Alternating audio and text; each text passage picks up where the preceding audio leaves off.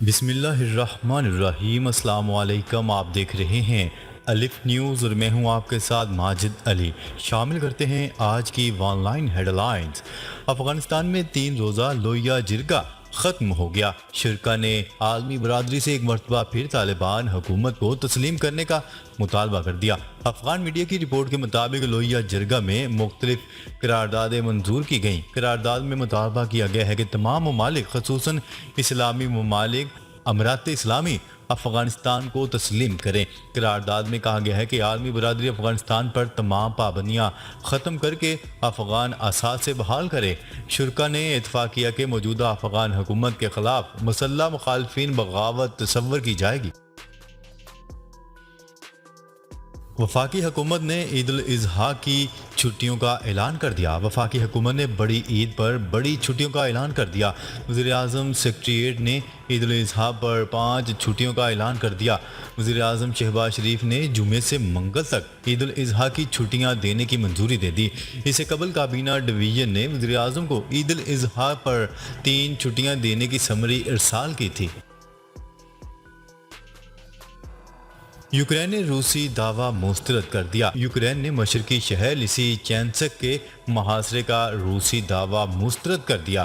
News report کے مطابق عالمی خبرساں ایجنسی کے حوالے سے بتایا گیا ہے کہ یوکرین کی فوج نے روس کی جانب سے کیے گئے اس دعوے کو مسترد کیا ہے، جو روسی حمایت یافتہ علیحدگی پسندوں روسی افواج نے اہم مشرقی شہر لیسی چانسک کو گھیرے میں لے رکھا ہے۔ خبرساں ایجنسی کی رپورٹ کے مطابق یوکرین کے نیشنل گارڈ کے ترجمان کا کہنا ہے کہ شہر کے ارد گرد لڑائی جاری ہے، لیکن یہ علاقے اب بھی یوکرین کے کنٹرول میں ہیں۔ بجلی سبسڈی والے علاقوں کو سولر انرجی پر منتقل کرنے کا فیصلہ۔ حکومت پاکستان نے بجلی سبسڈی والے علاقوں کو سولر انرجی پر منتقل کرنے کا فیصلہ کر لیا۔ شاہد خاقانہ عباسی کی زیر صدارت سولر انرجی کے لیے قائم ٹاسک فورس کمیٹی کا اجلاس ہوا۔ وزیر اطلاعات مریم اورنگزیب کے مطابق سرکاری عمارتوں کو شمسی توانائی پر منتقل کیا جائے گا۔ اجلاس میں چھوٹے صارفین کو رعایتی قرضوں کی فراہمی پر بھی غور کیا گیا ہے۔ مریم اورنگزیب نے کہا ہے کہ 4 سے 5 ہزار میگا واٹ شمسی توانائی کے منصوبوں پر جلد کام شروع ہو جائے گا۔ ٹاسک فورس سفارشات وزیر اعظم کو پیش کرے گی۔ ناگا پربت بھی فتح، شہزور کاشف 7 بلند ترین چوٹیاں سر کرنے والا دنیا کا کم عمر ترین کوہ پیما۔ پاکستانی کوہ پیما شہروز کاشف نے ایک اور اعزاز اپنے نام کر لیا۔ کوہ پیما شہروز کاشف نے پاکستان کی دوسری بلند ترین چوٹی ناگا پربت کو بھی سر کر لیا۔ شہروز کاشف 7 بلند ترین چوٹیاں سر کرنے والے دنیا کے کم عمر ترین کوہ پیما بن گئے ہیں۔ انہوں نے 23 دن میں 8000 میٹر سے زیادہ 3 چوٹیوں کو سر کیا ہے۔ پاکستان کو افغانستان سے کوئلے کی درآمد شروع۔ پاکستان کو افغانستان سے کوئلے کی درآمد شروع ہو گئی ہے، جسے ملک کے مختلف شہروں میں کوئلے سے چلنے والے پاور پلانٹ کو سپلائی کرنا شروع کر دیا گیا ہے۔ حکومت کی جانب سے متعلقہ محکموں، خاص طور پر پاکستان ریلوے کو کوئلے کی محفوظ اور تیز رفتار نقل و حمل کے لیے خصوصی انتظامات کرنے کی ہدایات کے 2 روز بعد ہی افغانستان سے کوئلہ آنا شروع ہو گیا ہے۔ افغانستان میں امداد کی فراہمی میں طالبان کی مداخلت پر تشویش ہے۔ امریکہ نے خبردار کر دیا۔ امریکی محکمہ خارجہ نے قطر کے دارالحکومت دوحہ میں ایک امریکی وفد اور طالبان حکومت کے نمائندے کے درمیان ملاقات کا انکشاف کیا ہے، جہاں انہوں نے ملک میں انسانی تباہی کا باعث بننے والے زلزلے کی روشنی میں امداد پر تبادلہ خیال کیا۔ رپورٹس کے مطابق محکمہ خارجہ نے اپنے ایک بیان میں اس بات کی تصدیق کی ہے کہ امریکہ نے انسانی امداد کے عمل میں تحریک طالبان کی مداخلت پر اپنے عدم اعتماد کا اظہار کیا ہے۔ 2 روزہ بات چیت میں افغانستان کے لیے خصوصی نمائندہ تھامس ویسٹ کی قیادت میں وفد نے امریکی امداد کے بارے میں بتایا ہے کہ جس میں امریکی ایجنسی برائے بین الاقوامی ترقی کی جانب سے متاثرہ آبادی کو پناہ گاہیں، صفائی ستھرائی اور حفاظت صحت کی اشیاء فراہم کرنے کے لیے $55 ملین کی نئی امداد بھی شامل ہے۔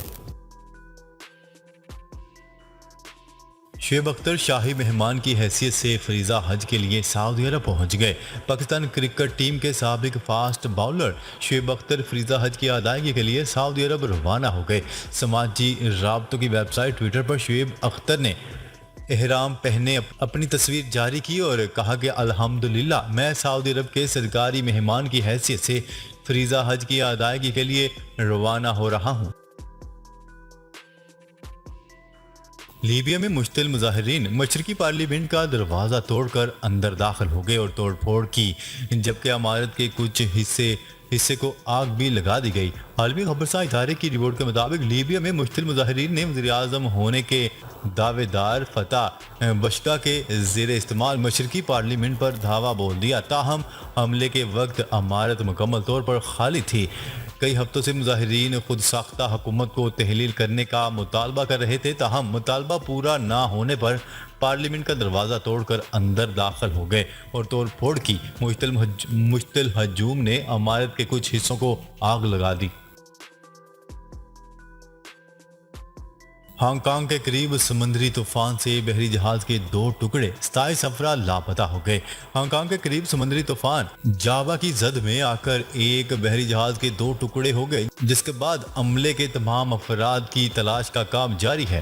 یہ واقعہ 2 جولائی کو پیش آیا تھا اور ہانگ کانگ انتظامیہ کا کہنا ہے کہ طوفانی لہروں کی وجہ سے عملے کے لاپتہ 27 افراد کے بچنے کے امکانات بہت کم ہیں۔ سمندری طوفان کے دوران 144 کلومیٹر فی گھنٹہ کی رفتار سے چلنے والی ہواؤں اور طوفانی لہروں کے نتیجے میں فوجنگ 001 نامی جہاز کے 2 ٹکڑے ہو گئے۔ واقعے کے بعد عملے کے 3 افراد کو بچا لیا گیا تھا، مگر 27 افراد اب بھی گمشدہ ہیں۔ روم میں بھارت سے آزادی کے لیے سکھ فار جسٹس کا ریفرینڈم۔ بھارت سے آزادی کے لیے اٹلی کے دارالحکومت روم میں سکھ فار جسٹس کا ریفرینڈم ہوا۔ سکھ فار جسٹس کے ریفرینڈم میں بھارت سے آزادی کا مطالبہ کیا جا رہا ہے۔ اس موقع پر بانی سکھ فار جسٹس پرمجیت سنگھ کا کہنا ہے کہ گلوکار سدھو موسے والا کو بھارتی ایجنسیوں نے قتل کروایا۔ پرمجیت سنگھ کا کہنا تھا کہ گلوکار سدھو موسے والا بھارتی پنجاب کی آزادی کے بڑے حامی تھے۔ انہوں نے یہ بھی کہا ہے کہ سدھو موسے والا کے قتل کے پیچھے بھارتی حکومت ہے۔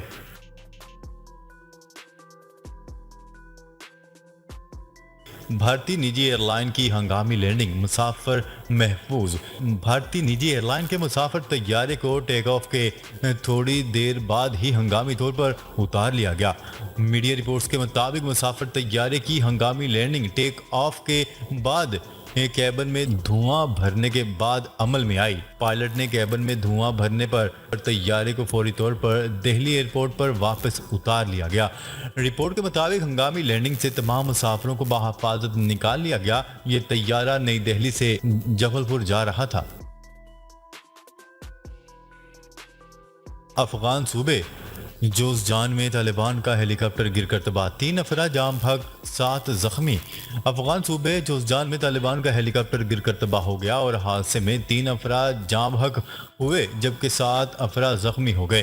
غیر ملکی خبرساں ادارے کی رپورٹ کے مطابق طالبان نے واقعے کی تصدیق کرتے ہوئے کہا ہے کہ جمعرات کی شام کو ہیلی کاپٹر جس میں 10 افراد سوار تھے، تکنیکی خرابی کے باعث جوزجان کے مرکز شبرخان شہر میں گر کر تباہ ہو گیا۔ حادثے میں 3 افراد جام بحق ہو گئے جبکہ زخمی ہونے والوں میں پائلٹ سمیت 7 افراد شامل ہیں۔ ناظرین، اب تک کے لیے اتنا ہی۔ مزید خبریں لے کر بہت جلد آپ کی خدمت میں حاضر ہوں گے۔ تب تک کے لیے اپنا خیال رکھیے گا۔ اللہ نگہبان۔